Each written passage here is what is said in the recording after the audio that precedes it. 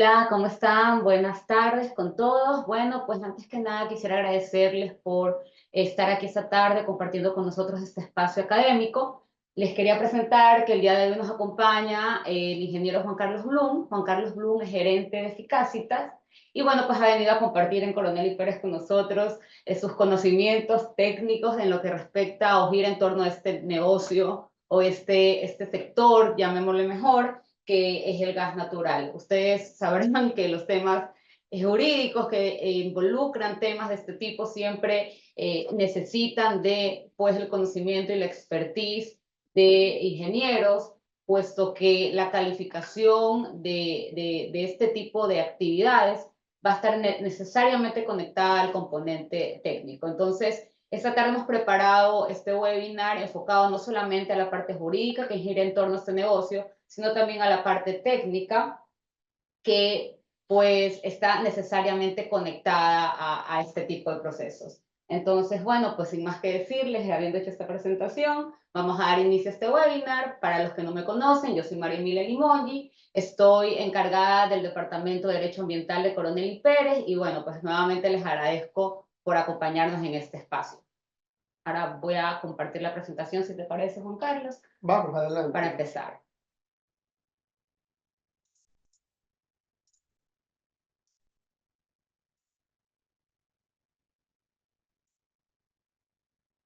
No sé si se está visualizando, déjenme lo confirmo.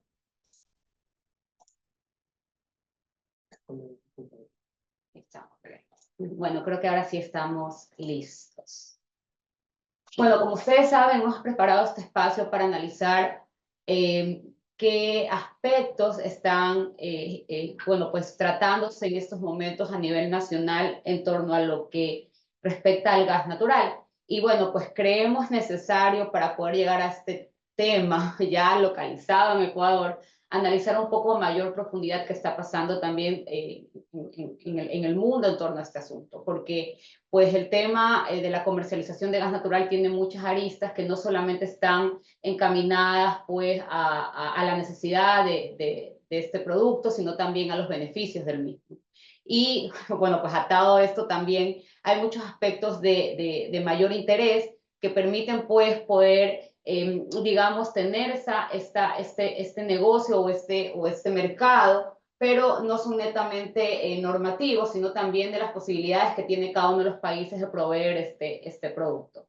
Entonces, bueno, pues te cedo la palabra, Juan Carlos, para empezar con el desarrollo de este webinar para analizar los aspectos técnicos en torno a este mercado. Gracias, María Emilia. Comencemos. Como decía María Emilia, creo que es bueno, yo soy Juan Carlos, y gracias por la oportunidad de estar aquí con ustedes en Coronel y Pérez,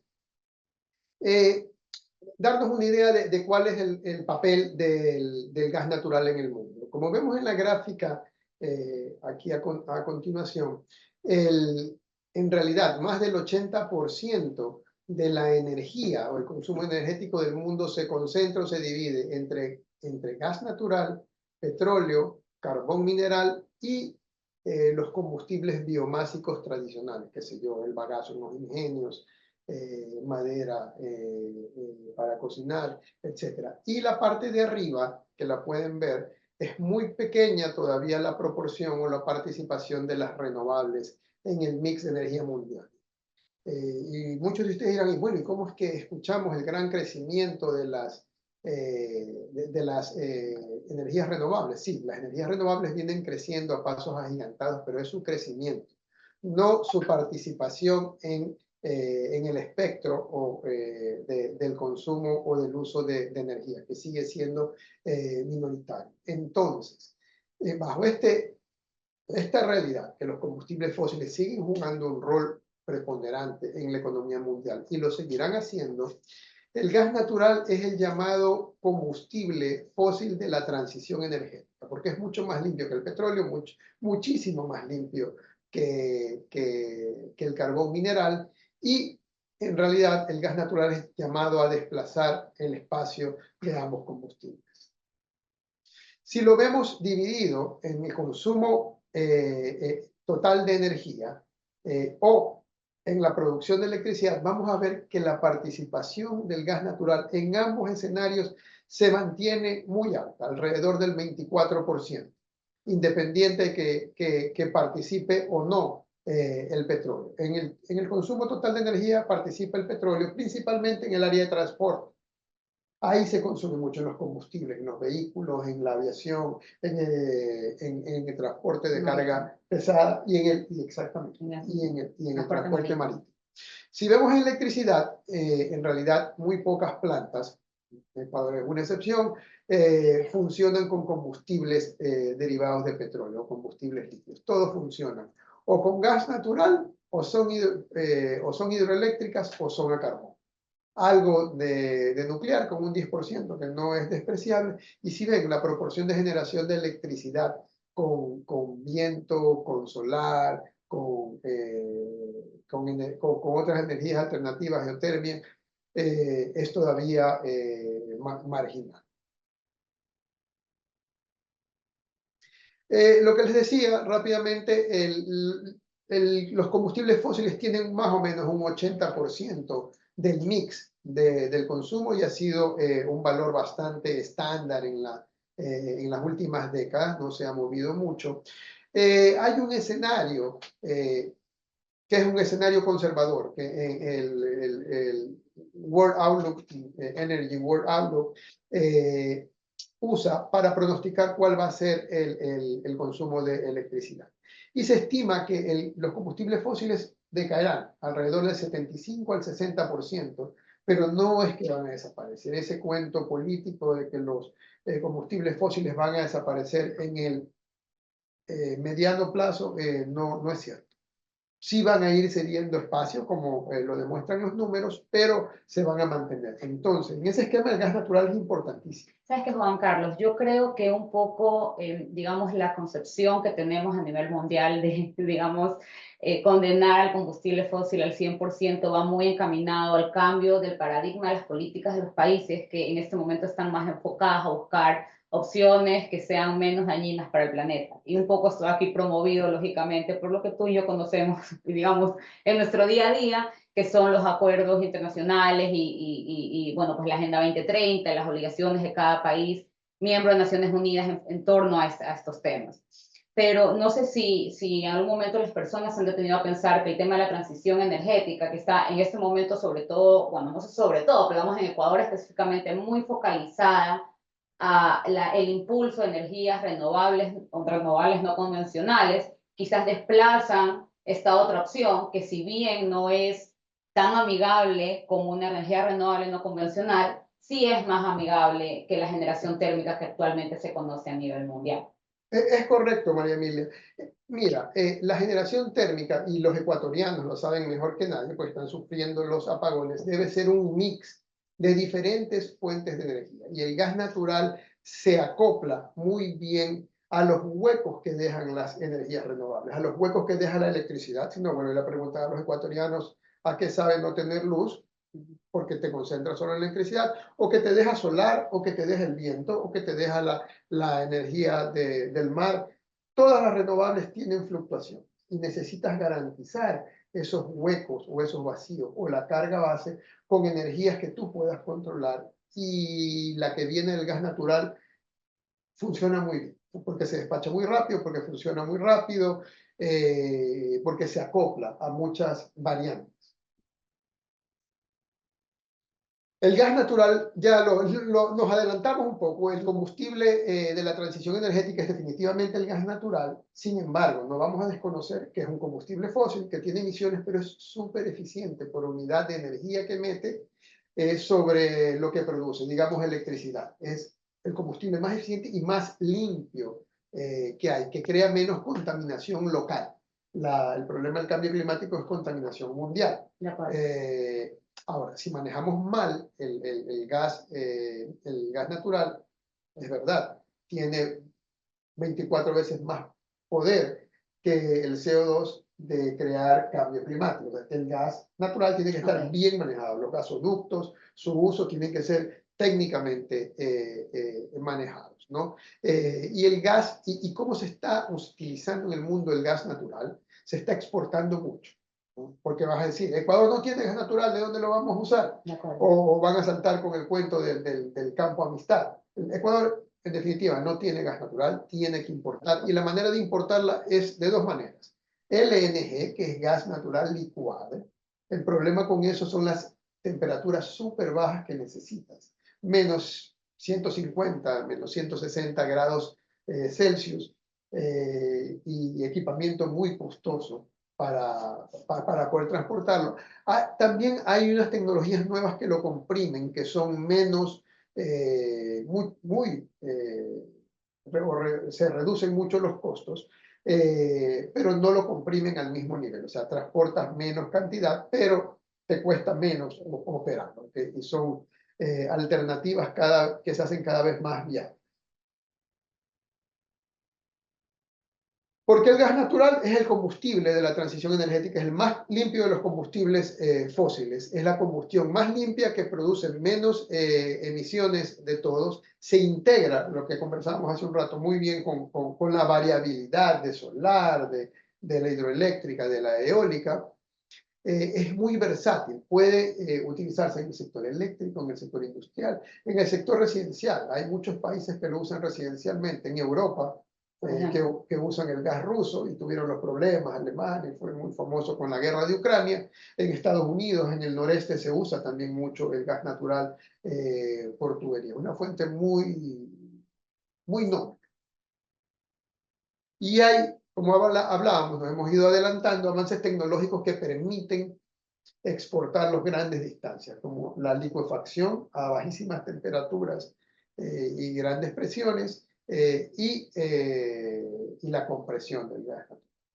¿Quiénes son los principales jugadores o que pueden exportar? Porque hay productores más grandes, por ejemplo China, pero China se lo consume ellos mismos, entonces no exportan nada.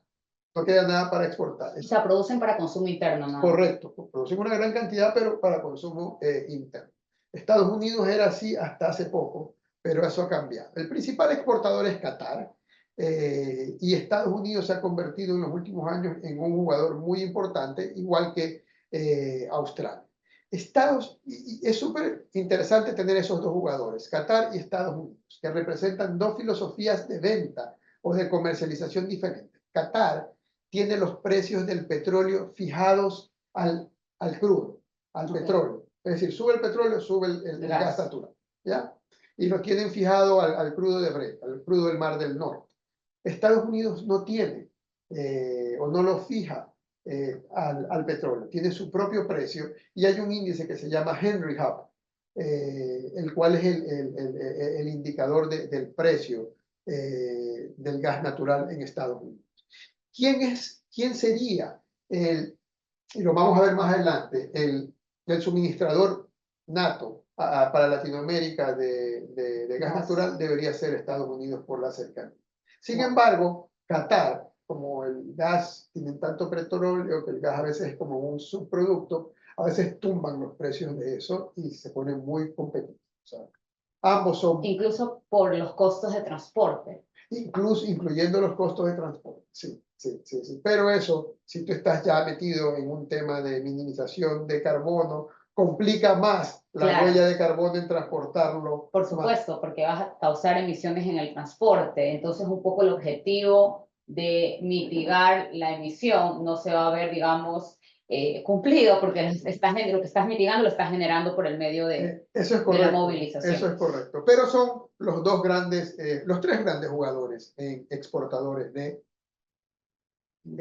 gas. Y en Latinoamérica hay otros grandes jugadores, sobre todo Argentina con Vaca Muerta, que a ti te causa tanta gracia el nombre. Sin embargo, todas las proyecciones que se hacen sobre el gas de Argentina son pesimistas por la volatilidad política que tiene Argentina. Entonces, fuera de apasionamientos geopolíticos, lo que sea, nuestro proveedor natural yo creo que es Estados Unidos. Sectores de uso. La generación de electricidad le calza perfecto al gas natural. El transporte marítimo ha comenzado a utilizarlo mucho, ahora que se lo puede comprimir.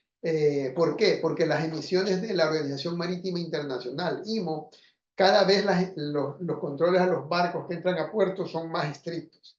Entonces te crea un problema y tienes que cambiar de combustible. Estrictos por el tema de emisiones Por el también. tema ambiental. Por el tema Ok. ambiental y tema de vecindad y de los puertos cada vez están más cerca de la gente, ¿no? Ah, ok, Están de dentro de acuerdo. las ciudades.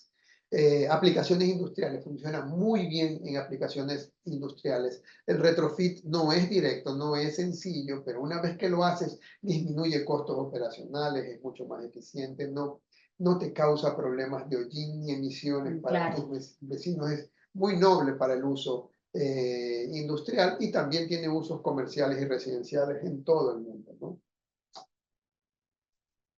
Demanda de gas natural. Ya vimos quiénes eran los productores, Europa. Todos estamos súper conscientes del problema que hubo con Rusia Así y la es. demanda que tenían de gas natural durante el primer año de la guerra de Ucrania. China, pero China no exporta, todo se lo consumen ellos. Quizás ahora, con el desaceleramiento de la economía china, algo de exportación se puede estar yendo, pero no llega acá, se queda en el mercado asiático. En general, China no es un productor exportador y Estados Unidos, que pasó de ser un consumidor y tener una gran demanda a ser un exportador.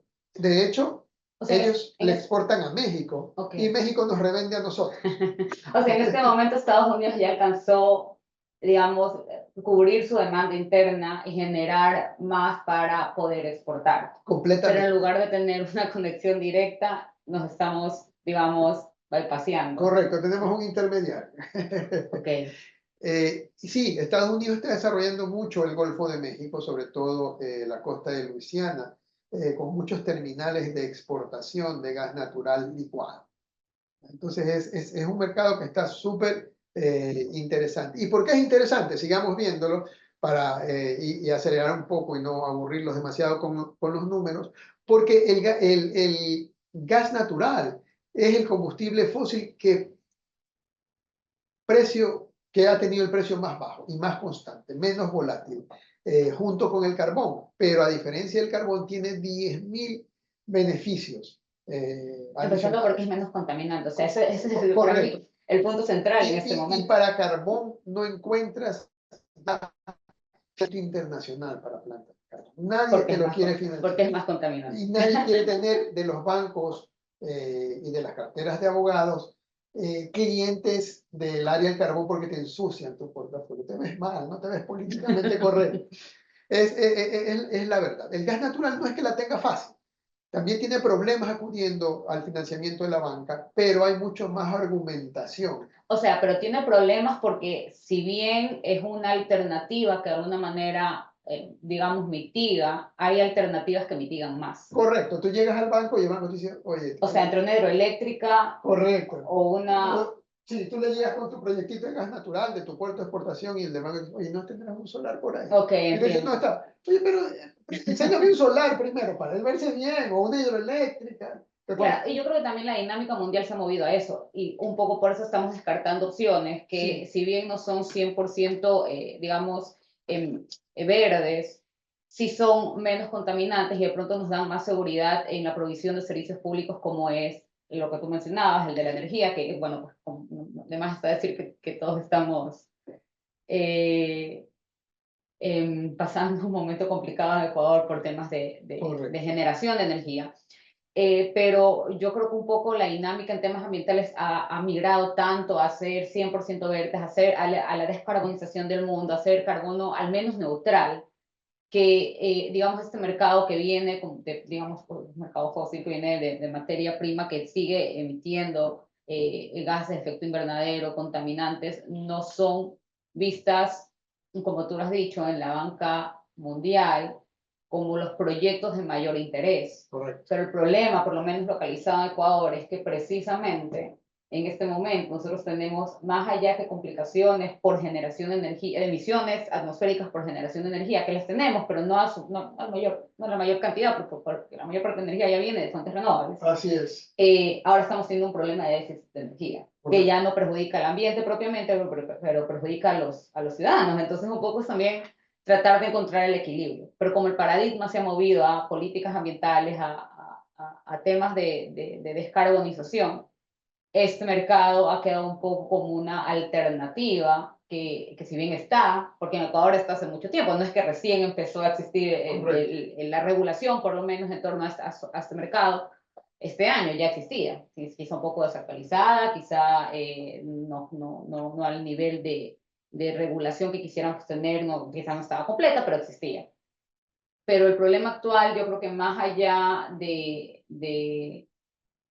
las políticas públicas, es uno, cómo nos vemos ante el mundo tratando de cambiar un sistema de generación de energía, por ejemplo, digamos, que a base hidroeléctricas, Ajá. a uno que viene de pues, combustible fósil. A un mix tienes que tener, como cuando se invierte en la bolsa, tienes que tener un mix de tu portafolio. En electricidad es igual, tienes que tener un mix de las energías que te proveen de esa electricidad.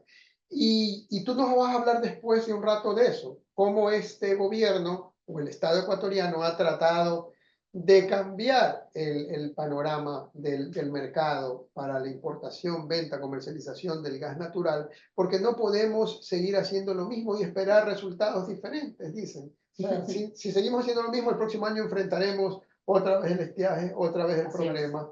Y es una crisis que la venimos sembrando hace años. Pero sigamos con el gas natural, sí. Entremos un poquito en Latinoamérica. Y esto lo voy a decir con énfasis, el déficit de gas natural en Latinoamérica seguirá creciendo. Es decir, no hay suficiente gas natural en Latinoamérica. El resto son cantos de sirena. Entonces, todos los países de Latinoamérica se ven obligados a importar gas natural, siendo Ecuador el único país en Sudamérica que no tiene capacidad ni instalaciones apropiadas o ninguna para la importación de gas natural. Me van a decir, ay, el terminal de Monteverde. No, el terminal de Monteverde es para importación de LPG, que claro. Eso es otro producto, es producido en refinerías. El gas natural, como dice su nombre, es natural, sale de la tierra. Ajá, a veces asociado al petróleo, a veces no. La demanda de gas se pronostica que permanecerá estable, a pesar de la descarbonización del mundo, a pesar de la agenda del cambio climático, de las conferencias de las partes. Hacia el 2035 la demanda seguirá subiendo, alrededor del 6% del mundo. Entonces, es un mercado en el que quieres estar, es el mercado del negocio y que no va a caer como el mercado del diésel, del búnker o de otros combustibles, ¿no?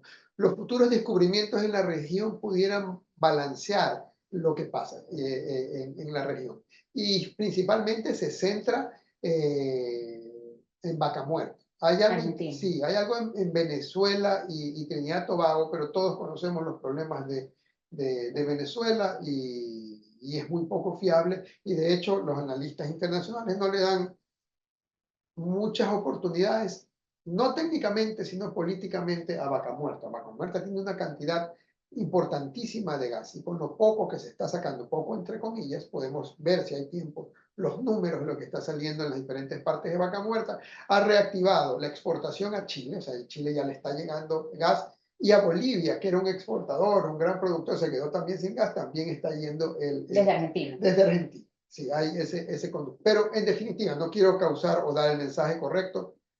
Latinoamérica es deficitario en gas natural y necesitará en los próximos 10, 15 años seguir importando. ¿Quiénes son los grandes en Latinoamérica, los grandes comercializadores o productores? México es un gran comercializador, no es un gran productor. No le compres a México. Argentina es todo.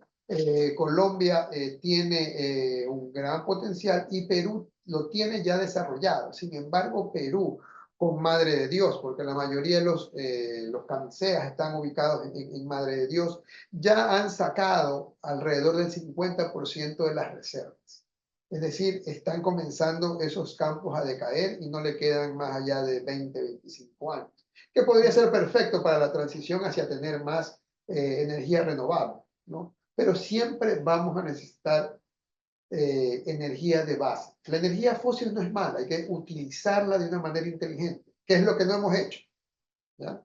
Pero... O sea, entonces en Perú que tienen, digamos, este espacio de 25 años todavía de gas natural, Correcto, tú consideras que es un espacio para que ellos migren a renovables, correcto, pero se quedarían sin como su backup para cuando las renovables les estén fallando. correcto. Y podrían llegar a tener problemas como los que estamos viviendo ahora nosotros. Correcto, las renovables siempre te van a hacer huecos y te van a fallar, depende de la naturaleza. Al contrario, de tener un Claro, suministro seguro, ¿no? No estoy atacando ni la una ni la otra, siempre hablo de un mix, de un balance entre las dos que nos permitan alcanzar la sostenibilidad del sector energético. energético, ¿sí? Bueno, es lo que hemos hablado, ¿no? Es lo que hemos hablado aquí.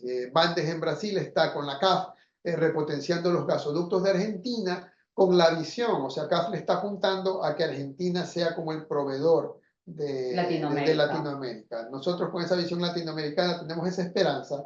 Yo les digo, como nos ven desde afuera, no, dicen, no, van a tener que seguir importando. Los que negocien y aseguren contratos de importación ahora tendrán suministro y buenos precios a futuro. ¿Por qué? Porque los desarrollos en Luisiana, en Estados Unidos, son recientes y necesitan inversión. Al encontrar problemas en la banca, encontrar ese financiamiento que antes era fácil, buscan inversionistas y los inversionistas, más que ser dueño de los fierros, de la infraestructura, quieren asegurar es la provisión de gas a un precio que ellos puedan manejar, porque sea seguro. Ecuador. Ecuador. Y entramos a Ecuador y ya te doy la palabra a ti. Ecuador es deficitario en la producción de gas natural. El campo de gas Amistad en el Golfo de Guayaquil es un campo pequeño. Es posible que su producción no sea comercial. Yo trabajé para la gente y es probable que esté uno de los gerentes que trabajó con la compañía norteamericana que estuvo a cargo del gas natural en el Golfo de Guayaquil. Es un campo súper complicado, geológicamente súper complicado y necesitas tener bolsillos muy grandes para operar ahí. No es para los Petroecuador, no es para los Petroamazonas, no es para el Estado, porque los riesgos de perder plata son muy altos. ¿Y por qué? Porque perforas y el gas que lo habías encontrado se te mueve a otro lugar. Es un yacimiento fraccionado, difícil, complicado. Es para gente de grandes bolsillos y puede ser que no tenga reservas comerciales como se piensa. En definitiva, Ecuador tiene que importar gas natural para asegurar su generación de electricidad, su consumo industrial, la transición O sea, energética. más que nada es por, digamos, estos tiempos de transición que estamos viviendo en más de un aspecto, Correcto, porque quizás el campo Amistad en su momento, o quizás en este momento aún, esté en la capacidad de abastecer cierta demanda que tenemos en el país, pero si lo que se está buscando es migrar a fuentes menos contaminantes y no podemos hacernos eléctricos de la noche a la mañana porque tenemos años y años viviendo pues de otro tipo de combustión, bueno, de combustión, mejor dicho. sí, Digamos, esta alternativa debería ser quizás un poco más impulsada para lo que está haciendo Perú, por ejemplo, que es la transición. Tengo una reserva de gas natural para ir cambiando el paradigma a fuentes menos contaminantes correcto. hasta quizá poder llegar a descarbonizar el país. No sé, pues ya quizás uno está Sí, soñando demasiado alto. sí, tienes que buscar asegurar las fuentes. Ahorita es un buen momento para asegurarlas en el Golfo de México, en la costa de los Estados Unidos, porque siempre vas a necesitar la energía de base, la energía de que te asegure cuando te fallen tus parques eh, renovables. Y si no lo haces, termina haciendo lo que estamos haciendo hoy, trayendo energía bastante contaminante, que usa los peores combustibles, a veces usa fuel oil 6, usa búnker, usa diésel 2, que sigue Claro, siendo contaminante, porque ya ante la ausencia de electricidad, toda la sostenibilidad se así te es, acaba. claro, Porque la sostenibilidad no es solo el ambiente, la no. sostenibilidad es un balance entre lo económico, lo Social y social, ambiental. ambiental y lo político. Ah, y ahora sí, Ahora yo. Bueno, pues como hemos aterrizado ya la situación en Ecuador, sí creo que es relevante tener en consideración que, digamos, desde el punto de vista jurídico, normativo, no es que el gas natural apareció ahora. O sea, el gas natural es un mercado que, si bien no ha sido 100% explotado, digamos, desde ninguno de los campos, de una de las maneras que podría ser, digamos, con métodos de importación, por ejemplo, que es lo que tú sugerías, ni de explotación propiamente interna. Este mercado sí tenía cierta regulación que viene de la ley de hidrocarburos, porque te permitían, si tenías un pozo petrolero que, en donde encontrabas gas natural, podrías incluso ampliar los contratistas, ¿no? Podrían Correcto. ampliar los contratos para poder también extraer este gas y poder comercializar este gas.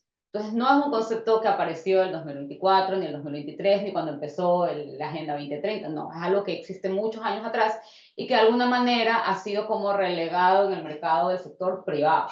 Y no es que estaba, si bien es un servicio público y todos conocemos que el servicio público de alguna manera está directamente atado al Estado, porque es el que tiene la responsabilidad de proveerlo, el sector privado sí ha tenido cierto, normativamente hablando, cierto enganche ahí, porque la ley sí permitía la suscripción de contratos para extracción, comercialización, refinación, distribución, etcétera, de gas natural por el sector privado. Excepcionalmente, como se lo quiera ver, pero la posibilidad existía. ¿Qué es lo que pasa con energía? La energía también es sector estratégico, también es servicio público, pero hay ciertos matices que la ley mismo da para que el sector privado pueda entrar antes solo a generación, ahora también a transmisión. Bueno, pues y teniendo como base esta normativa, esta ley principal, esta ley madre, se fue desarrollando, lamentablemente digo yo, porque es un poco más difícil para el inversionista tener, digamos, normativas segregadas en lugar de una unificada que te diga cómo funciona el mercado desde el punto de vista normativo, desde el punto de vista regulatorio. Entonces, sí, existía la ley con paradigmas o con directrices muy generales y de la ley pues fueron desglosando ciertos reglamentos que iban destinados a ciertos sectores. Entonces, el 2007, por ejemplo, salió el reglamento para construcción y operación de gaseoductos.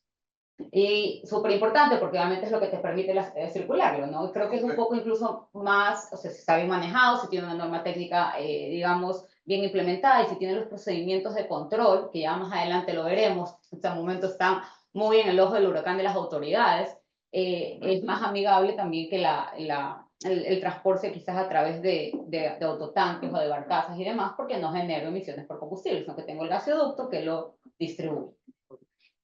2008 salió un reglamento específico para uso vehicular, por ejemplo. 2008 también para uso comercial y residencial, pero sí seguía siendo limitado a estos dos nichos. Ajá. Y dejaban el industrial fuera. Correcto. Y el industrial, que sí o sí va a necesitar fuentes de combustión, no tenía una regulación específica de cómo comprarlo o el, bueno, comercializador de cómo venderlo. Luego salió en el 2018 un reglamento para segmento industrial específicamente. Y bueno, pues el tema del abastecimiento de derivados de hidrocarburos incluyó también un concepto de gas natural bastante arraigado, cómo se iba a abastecer cada una de las comercializadoras y las distribuidoras. Esto aquí en términos generales ha ido evolucionando, digamos, un poquito a cuentagotas y pasa mucho en la normativa que tiene que ver con sectores estratégicos. No siempre está ajustada uno a la realidad que vivimos y otro a las necesidades que vivimos.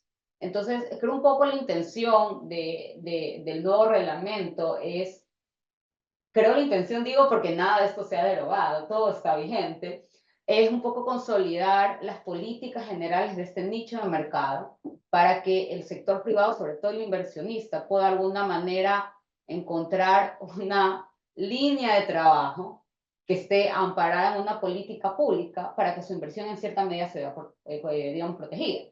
Porque la inversión es bueno, va a hacer recaer cualquier riesgo sobre el inversor. Y eso es algo que está establecido en la normativa.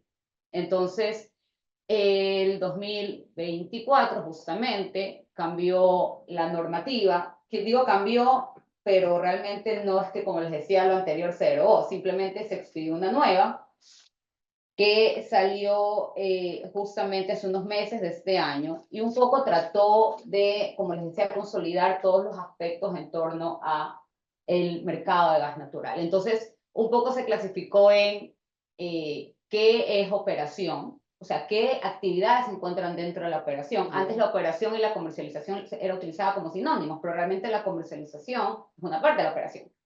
Y esa distinción la hace este nuevo reglamento. ¿Qué segmentos? Porque ese era otro problema. Habían reglamentos que trataban a gas natural como gas natural, pero no especificaban si dentro del gas natural debía considerarse el licuado y el comprimido. Ahora sí hay esa, digamos, aclaración. Cada vez que la normativa se refiere a gas natural, se refiere a gas natural licuado, gas natural comprimido. Y bueno, pues en esta normativa también se incluyó a los, digamos, tres sectores principales, que es el industrial, el doméstico y el comercial. Digo principales porque no se especifica qué pasa con el tema de vehículos. Podría interpretarse que está dentro del comercial, pero tampoco hay una aclaración. Y como la normativa de vehículos quedó vigente, ahí puede existir una especie de confusión de, ok, ¿qué hago? Pero no hay una contraposición propiamente, simplemente hay procedimientos un poco diferentes, ¿no? Ok. ¿Cómo en tu criterio coexisten entonces el marco viejo hasta el 2018 con el actual? Es una pregunta muy difícil, si te soy 100% honesta, pero es algo a lo que yo creo que desde el punto de vista jurídico, sobre todo las personas que estamos involucrados con, bueno, en temas de derecho, que están muy afianzados a normativa secundaria, que a su vez está muy afianzada a normativa técnica secundaria, un poco aprendemos a vivir con eso, porque lamentablemente pasa mucho, o sea, el tema de este tipo de sectores, de este tipo de normativas que es muy cambiante, cambia mucho en el tiempo, o sea, no es como, y rápido, o sea, no es que tienen que pasar 25 años para que una norma técnica se tenga que actualizar. Y lamentablemente, como lo vieron, voy a regresar un segundo a esta diapositiva. Estamos hablando que hay una normativa del 2007 que sigue vigente. Correcto. Y lógicamente las condiciones de este segmento, de este sector de mercado del 2007 no son las mismas que ahora.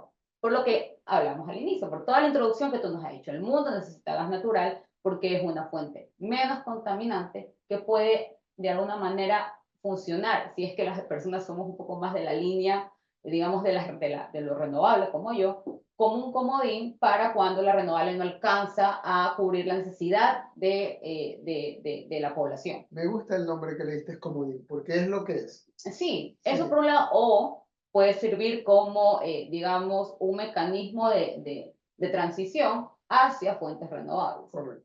Pero lamentablemente, pensando desde el punto de vista jurídico, es difícil ajustar las condiciones actuales de un inversionista que quiere calificarse a una política que se expidió hace tantos años. O sea que ahí necesitas a firmas especializadas como la tuya, abogados especializados para desenredar el tema, pues es bien complicado. Sí, y pasa en muchos sectores estratégicos. Sí. Yo me atrevería a decirte que Puertos tiene una situación muy similar, porque hay normativa, hay una ley de puertos nueva, pero hay normativas de puertos que son también del 2007, que ni siquiera tienen la misma autoridad en la normativa a la autoridad que actualmente se hace cargo de esos temas. Pasa también bueno, energía está siempre más actualizado, o sea, temas de energía, el problema de energía es que también pasa esto, no se crea una nueva ley, pero no se deroga la anterior, entonces un poco tienes que jugar con qué está vigente la anterior y qué se reformó con la nueva. Bueno, más que en temas de leyes, en temas de normativa secundaria, en acuerdos y resoluciones. Me atrevería a decir que en ambiente, que es un poco donde yo estoy un poco más encaminada, el Código Orgánico del Ambiente sí marcó una especie de línea de, ok, después del código, antes del código, pero no es tan exacta porque uno está en constante revisión. Ayer se aprobó, antes de ayer, perdón, se aprobó el proyecto de reforma en el Pleno de la Asamblea.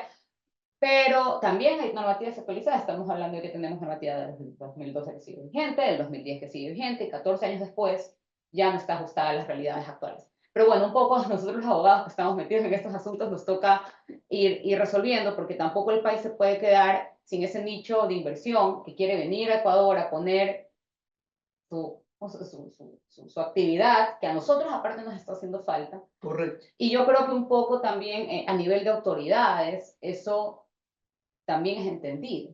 Porque sí, en definitiva, si yo me voy a la letra estricta de la ley, hay formas y formas de aplicarlo. Porque lamentablemente, si la ley anterior me decía que la autoridad era una institución que ya no existe, por lógica ellos necesitan, bueno, ya eso competencia mía, aunque no haya algo tan específico que lo diga. O si la normativa me está pidiendo algo que ya no puedo conseguir porque las condiciones del mundo no me permiten conseguirlo, se permite desde el punto de vista técnico también justificar ese requisito con uno que cumpla el mismo objetivo. No sé si me estoy explicando. Sí. Pero bueno, entonces, como les decía, hay un nuevo reglamento. Este nuevo reglamento busca un poco unificar las actividades que giran en torno al tema del gas natural y tiene estos, digamos, aquí un poco lo he resumido, estos segmentos, ¿no? Tiene, ok, ¿qué es la operación? ¿Y qué debe entenderse dentro de la operación? Y lo clasifica de esta manera. Tienes al comercializador, tienes a las actividades de almacenamiento,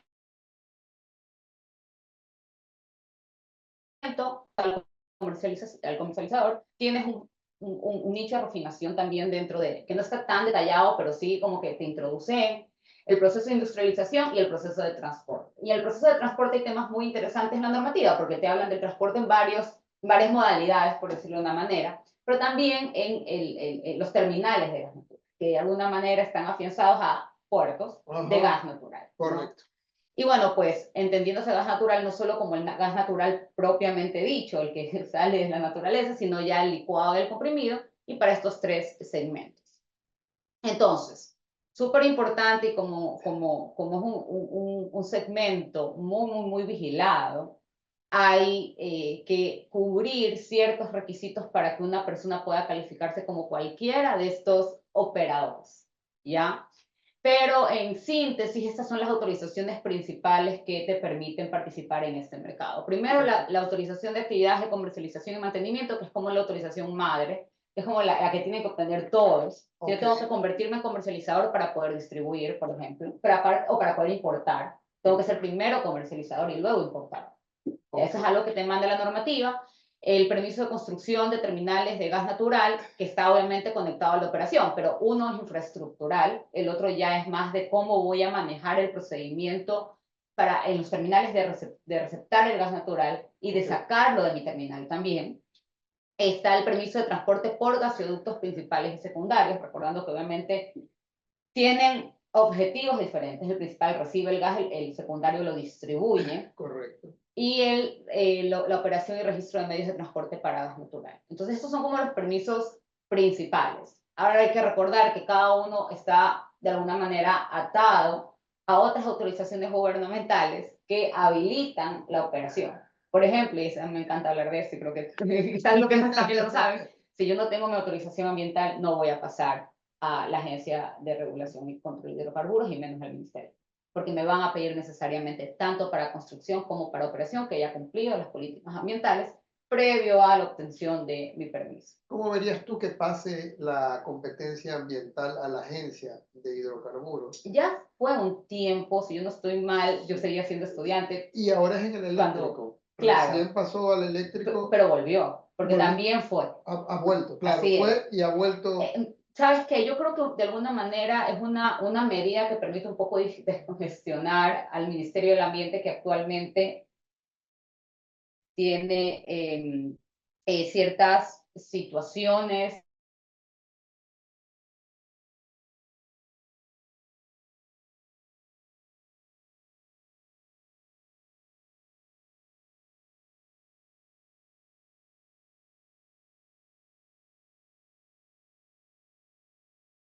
el primer filtro, que es el ministerio, no voy a pasar al segundo filtro, que es la ley, que es el órgano rector en temas de hidrocarburos. Correcto. Entonces, sí me parece una medida que permitiría quizás agilizar el tema de autorizaciones, pero a su vez me causa un poco como de incertidumbre de la capacidad que tendría la autoridad en hidrocarburos, el ministerio, de atender adecuadamente la emisión de una licencia ambiental para estos temas, considerando, bueno, supongo yo que va a haber personal especializado en temas ambientales. O sea, asumo que esa sería la intención de la autoridad, pero tengo un ministerio del ramo por algo, y creería yo que si bien tenemos problemas de despacho y todos lo sabemos, no debería quitarse esa competencia en este segmento que es tan importante.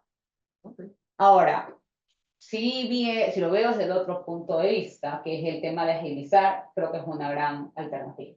Y de no ahuyentar la inversión. El problema del Ministerio del Ambiente ha atentado finalmente contra el desarrollo del país. Pero es que también, y por eso me causa un poco de incertidumbre, el objetivo de un ministerio es distinto al de otro. Obviamente el Ministerio de Ambiente va a precautelar siempre el bienestar de la naturaleza, o sea, es su objetivo principal. que si bien a veces puede ser un poco complicado, porque Ecuador está lleno de biodiversidad, o sea, no hay que ser muy analítico en el tema para notarlo, o sea, tenemos áreas protegidas por todos lados, tenemos fuentes hídricas por todos lados, tenemos ecosistemas frágiles por todas partes. Pero finalmente ese es el objetivo de este ministerio, y esta es una actividad que en cierta medida sí es de gran impacto. Correcto. Sin embargo, la necesitamos, o sea, ahí viene también el tema del equilibrio, la necesidad de la población, o sea, sí, es verdad, hay que cuidar el ambiente, yo estoy muy de acuerdo con eso, estoy muy de acuerdo de la práctica industrial responsable, que ya las empresas la implementan no solamente por obligación, sino porque ha cambiado el paradigma y la gente busca cada vez ser más eficiente. Y aparte, porque implementar políticas adecuadas, de alguna manera también te lleva a reducción de costos a futuro.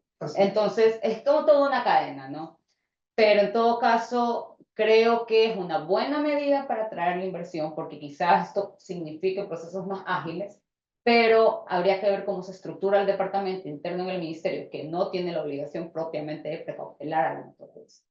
¿Me explico? Es claro, gracias. Bueno, pues continuando con el tema de la nueva regulación. Como les decía, hay ciertos aspectos en la normativa que no son tan específicos y a mi criterio quizá por eso no nos podemos desprender totalmente de las normativas anteriores, pero sí debo ser justa, hay ciertas aclaraciones que la misma norma te da. Por ejemplo, las plantas o centros de distribución necesariamente necesitan ser primero calificados como comercializadores. Realmente el procedimiento como tal tiene ciertos matices, mejor dicho, más técnicos que jurídicos. No es que desde el punto de vista jurídico te piden mucha información. Claramente tienes que tener una compañía, obviamente probar su existencia legal, tienes que estar pues regularizado en la superintendencia, tienes que tener tu RUC habilitado, tienes que tener actividades relacionadas a nicho de mercado, pero esos filtros se pasan en otras instituciones. Ya cuando esto entra al Ministerio de Ramo, realmente la intención del ministerio es calificar la viabilidad técnica de tu proyecto. Entonces, si voy a ser comercializadora, perfecto, pero ¿de dónde te vas a abastecer? Necesito demostrar que voy a tener de dónde abastecerme para poder calificarme como comercializadora. O si voy a tener yo mi propio abastecimiento porque voy a importar de pronto y me van a dar a mí para yo comercializar, necesito demostrar que esa importación va a llegar. Okay. Y ahí viene otro asunto, ¿no? El importador tiene que demostrar que tiene cómo traer el gas. Y eso es algo que yo creo que se contempla así en la normativa porque no tenemos infraestructura. Entonces, puede haber una intención muy buena de un comercializador vecino, pero si no tenemos la infraestructura, ¿cómo llega el gas? Entonces, pero no tengo infraestructura, finalmente en la práctica no voy a tener un resultado, digamos, palpable, porque como llega. Entonces, un poco a esos pequeños detalles le he enfocado a esta normativa. Entonces, bueno, pues también importante que el importador también tiene que ser comercializador y tiene que pasar el filtro de comercialización, pero tiene aparte que calificarse como importador. Entonces tengo primero la calificación de comercializador, si voy a ser importador, me califico como comercializador, me califico como importador posteriormente. En temas de los terminales, por ejemplo, yo necesito también tener autorización, si voy a tener terminal marítimo, de Subsecretaría de Puertos, y necesito concesión de Playa y Bahías, aparte de licencia ambiental. Y bueno, pues el reglamento también contempla que el almacenamiento debe darse necesariamente en terminales que pueden ser terrestres o marítimos. Y ahí hay una cosa que me causa mi confusión, no sé cómo lo ves tú, pero es muy común que el comercializador tenga puntos de almacenamiento que no necesariamente son un terminal. Entonces creo que eso es algo que puede ser en cierta medida aclarado en su momento en la norma secundaria que el mismo reglamento dice que se va a expedir. Pero bueno, por lo pronto esto es lo que tenemos, ¿no? Los tiempos de vigencia son súper importantes. Tienes unos atados a otros también. La comercialización y almacenamiento tienes un tiempo de vigencia de 25 años. Pero este tiempo de vigencia puede ser renovado. No es que en 25 años se acabó. Puedo pedir que sea renovado.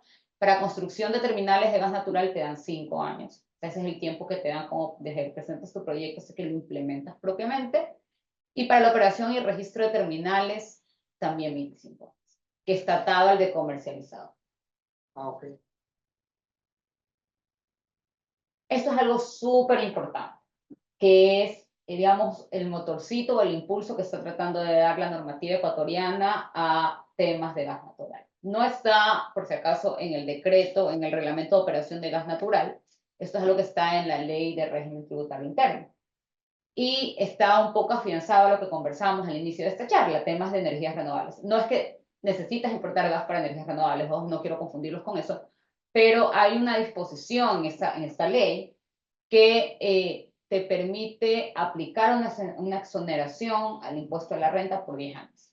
Y esa exoneración está direccionada a inversiones nuevas para energías renovables, conversábamos hace unos días de esto, pero también inversiones nuevas para la producción, industrialización, transporte, abastecimiento y comercialización de gas natural. Eso es interesante. Bueno, como les decía, es una exoneración al impuesto a la renta de 10 años, y esos años se cuentan pues desde que hay ingresos atribuibles a esta inversión. Eso es importante, porque los primeros años la inversión se pasa pagándole al banco. Claro, por supuesto. Bueno, pues entre las obligaciones principales, no las he puesto todas porque hay obligaciones que son un poco más, digamos, del común denominador de la actividad, como cumplir los lineamientos ambientales, cumplir las políticas del plan de manejo ambiental, prestar el servicio porque es un servicio público que no puede ser interrumpido, etcétera, etcétera. Pero a las comercializadoras le dan estas 3 obligaciones que son un poco más, digamos, interesantes, ¿no? Primero, que tienes que tener vigente un contrato de abastecimiento. Una comercializadora no puede ser comercializadora si no mantiene vigente este contrato. Okay. Y aquí viene un poco atado el tema de la importación también. Ajá. De dónde me voy a abastecer. Mantener actualizado el catastro de clientes. Este reglamento crea una especie de filtro de información que tiene que ser reportado a la Agencia de Regulación y Control Hidrocarburífera, en donde se establezca quiénes son tus usuarios, tus clientes finales. Y un poco tiene un matiz de ver si tienes la capacidad de cubrir la demanda de esos clientes. Y bueno, pues remitir, que me pareció algo súper, digamos, controlador por parte de la autoridad, a la autoridad reportes mensuales de ventas. Ahora, hay que recordar que como otros sectores estratégicos, estos servicios públicos, tienen tasas también que son para la institución. Dependiendo de cuánto vendo, tengo una tasa que va hacia la institución pública prestadora del servicio. Para las terminales, estas son como que las más importantes, ¿no? Contar con certificados de calidad de los productos que van a despacharse. Es un poco parte de la operación propia del terminal, pero tienen que blindarse documentalmente de la calidad del producto. No hay una metodología en el reglamento, creería también que va a venir en normativa secundaria, pero ya la obligación está, digamos, ahí, en piedra. Remitir a la autoridad reportes mensuales con los datos diarios de la cantidad de gas recibido, almacenado y despachado. Permitir el ingreso de medios de transporte que cuenten con permisos de operación. De alguna manera el terminal de gas natural hace como una especie de control también, de control privado, porque tiene responsabilidad compartida, solidaria. Entonces, si yo soy un terminal autorizado, yo no puedo permitir el ingreso de un vehículo que no ha sido previamente reportado y calificado como medio de transporte. El recibir gas únicamente de sujetos de control autorizado, la misma dinámica que la obligación anterior, y despachar gas a través de gasoductos o medios de transporte autorizados. La misma intención de esta como especie de control. Ajá. Así es. Para gasoductos, a mí me parece súper importante el cuarto, controlar la corrosión. De alguna manera están tratando de evitar rupturas, ¿no? Ajá. Que también, aparte de causar contaminación ambiental, de alguna manera impiden que el servicio se siga prestando. Sí. Y es un servicio que no puede ser interrumpido, ¿no? Solicitar hasta el 31 de marzo de cada año la emisión del control anual del gasoducto. O sea, nosotros tenemos que ir a pedir que vayan a hacerme un control con la norma, digamos, tiene que adjuntar el plan de manejo integral de cómo estoy dándole tratamiento a ese gasoducto para evitar que haya corrosión o haya rupturas. Notificar trabajos que impliquen paralización del transporte, así como el reinicio de la operación. Esto tiene mucho que ver con el tema de que no puedo interrumpir el servicio.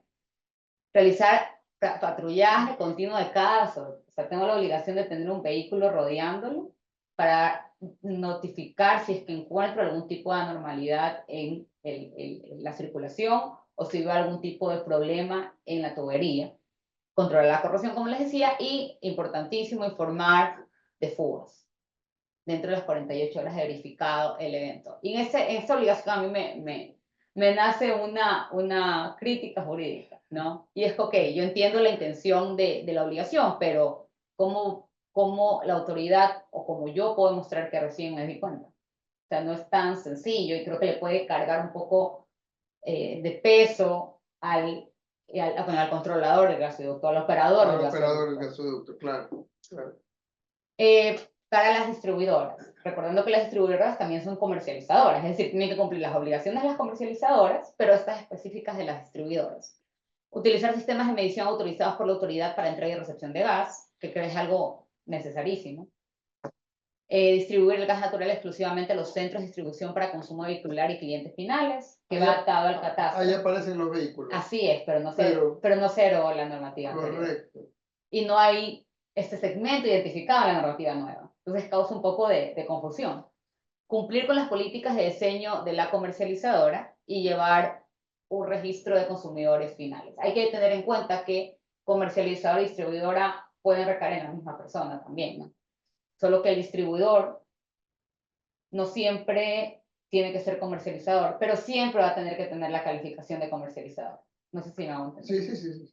Lo dijiste en el inicio, es como todos deben sacar el... Ser comercializadores, exactamente. Pero no en la práctica, sino deben cumplir los requisitos de calificación. Correcto.